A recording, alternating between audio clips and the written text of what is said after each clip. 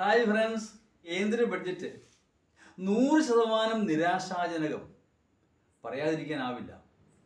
ഒന്നാമതായി തന്നെ ജിയോഗ്രഫിക്കലായ സന്തുലിതാവസ്ഥ പാലിച്ചില്ല എന്ന് പറഞ്ഞാൽ ഇന്ത്യയുടെ എല്ലാ ഭാഗത്തുമുള്ള എല്ലാ സംസ്ഥാനങ്ങളെയും പരിഗണിക്കേണ്ടിയിരുന്നു. നമ്പർ 1, ജമ്മു ആൻഡ് കാശ്മീർ വിഭജനത്തിന് ശേഷം ആദ്യമായി ഇലക്ഷനിലേക്ക് പോവുകയാണ്. ജമ്മു കാശ്മീരിനായി പ്രത്യേക ഒരു പാക്കേജ്, ഫൈനാൻഷ്യൽ പാക്കേജ് ആവശ്യമാണ്. ഒരു പരിഗണനയും കിട്ടിയില്ല.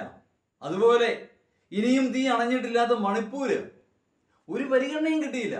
കേരളത്തിന്റെ കാര്യം പിന്നെ പോട്ട്. കഴിഞ്ഞ 10 വർഷമായി യാതൊരു പരിഗണനയും ലഭിക്കാത്ത ഒരു സംസ്ഥാനമാണ് കേരളം. പിന്നെ ആകപ്പാടെ പ്ലസ് പോയിന്റ് എന്ന് പറയുന്നത് തൊഴിൽ മേഖലയിൽ കുറെ പണം മാറ്റിവെച്ചിട്ടുണ്ട്, നല്ലത്.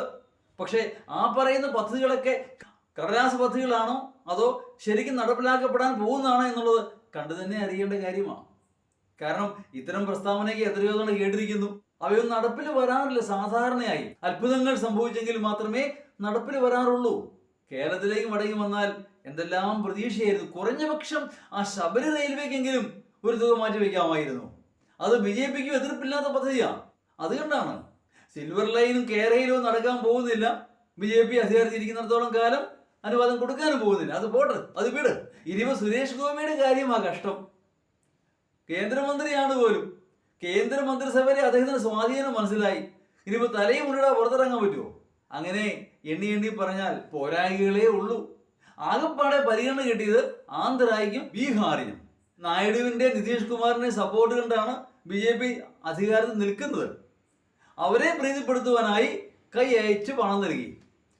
ആന്ധ്രയ്ക്ക് 1500 കോടിയുടെ സ്പെഷ്യൽ പാക്കേജാ. ബീഹാറിന് കൊടുത്ത പദ്ധതികൾ എണ്ണിയാൽ തീരുകയില്ല. നല്ലതാണ്, കൊടുക്കുന്നതൊക്കെ നല്ലതാണ്, എതിർപ്പൊന്നുമില്ല. പക്ഷേ അങ്ങനെ ഒരു പരിഗണന മറ്റ് സംസ്ഥാനങ്ങൾക്ക് നൽകേണ്ടിയിരുന്നു. അത് നൽകി കണ്ടില്ല. അതാണ് ഈ ബഡ്ജറ്റിന്റെ ഏറ്റവും വലിയ പരാധീനതയായി ഞാൻ കണക്കാക്കുന്നത്. ബഡ്ജറ്റിന്റെ കൂടുതൽ വിവരങ്ങൾ പുറത്തു വരാനിരിക്കുന്നേ ഉള്ളൂ. The devil lies the details എന്നാണ് പറയുന്നത്. വിശദമായ വിവരങ്ങൾ പുറത്തു വരുന്ന മുറയ്ക്ക് നമുക്ക് അവയെപ്പറ്റി എല്ലാം വിശദമായി തന്നെ ചർച്ച ചെയ്യാം. താങ്ക്